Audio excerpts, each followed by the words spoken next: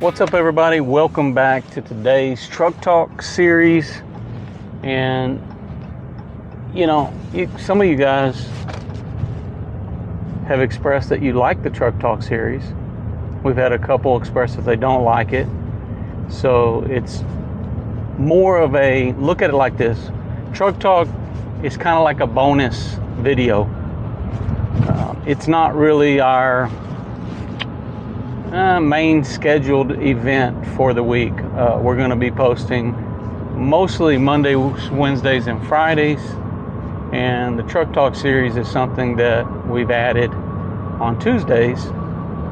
So it's not something that you should feel like you're being cited for a lesser video. Now, one guy said, I don't like Truck Talk series. And then somebody else said, well, I like it, just maybe a little less freewheeling. I don't really know what that means. Like, I'm not off-roading out here, but so critics are out, all of the reviews are in, and the one important thing you need to know is that we do the Truck Talk series because it's an easy format to engage with you guys, and we do tend to get a little more engagement for answering some of these questions.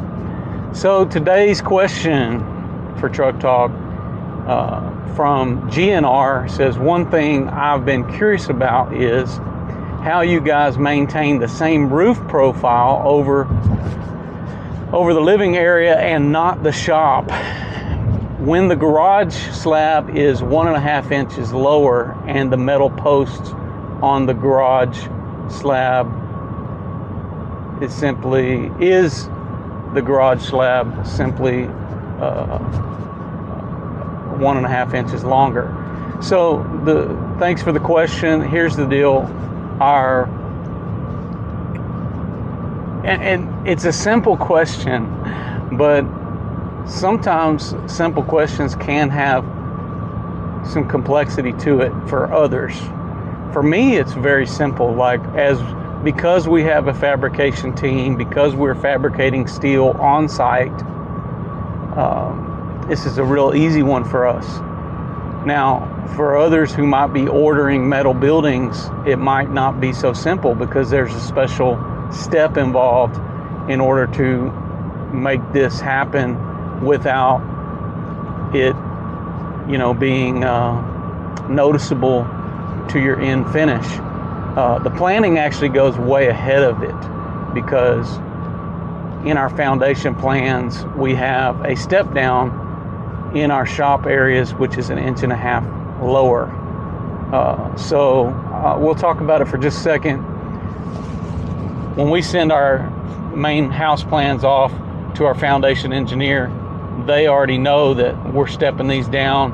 Sometimes even if it's not showing it there, our foundation guys know that in the shops, in the garages, parking areas, porches, all these things are 1.5 inches lower as far as the concrete than the living quarters.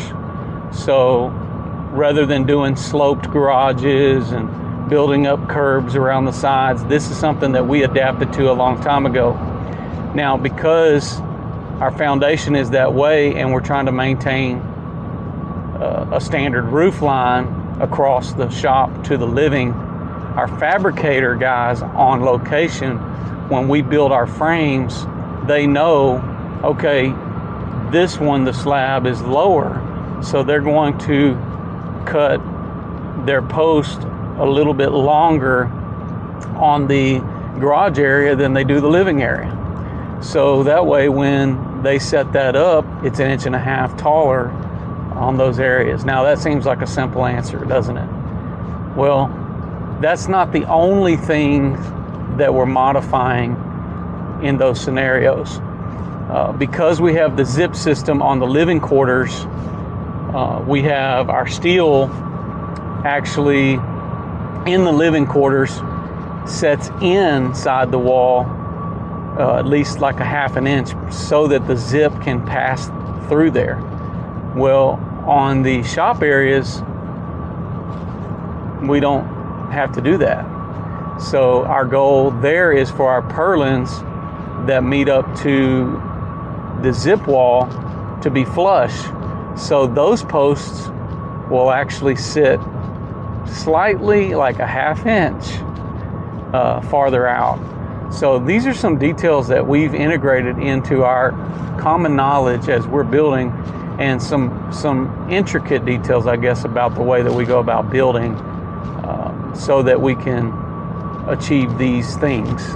Now, different scenarios, it may be different. We got certain builds where, like our black gold Barndominium, it has some special details involved because we're using actually the zip R sheathing on that one. So it's got some different wall offsets that are changing the game a little bit. But these are just some things that we do with the steel to make preparation for our end goal. One other thing that I say that we work into our foundation pour is we always pour a 1.5 inch sheet ledge that goes all around the perimeter of the build, allowing for our metal panel to come down past the main slab floor. And when we do maybe another foundation pour or a start of a steel frame, I can point some of that out on an update video somewhere, and we might be able to discuss it there as well. So I hope that answers your question, GNR. That's pretty much covering that question, as well as some other additional things that I've elaborated into. But for those of you that appreciate this type of content, please hit the like button, share this with someone else. We appreciate all the support. Again, informational videos. We just try to bring you guys as much content as we can. We've got a lot more to come on this channel, a lot more updates. We've got some good product information coming out as well for the zip system, as well as some other new systems that we're going to be using in terms of framing. It's going to be pretty exciting. So hope you guys will subscribe to the channel. If you haven't already done that now, please do that, as well as put your comments below, ask your questions. We'll try to address yours maybe in an upcoming Truck Talk series.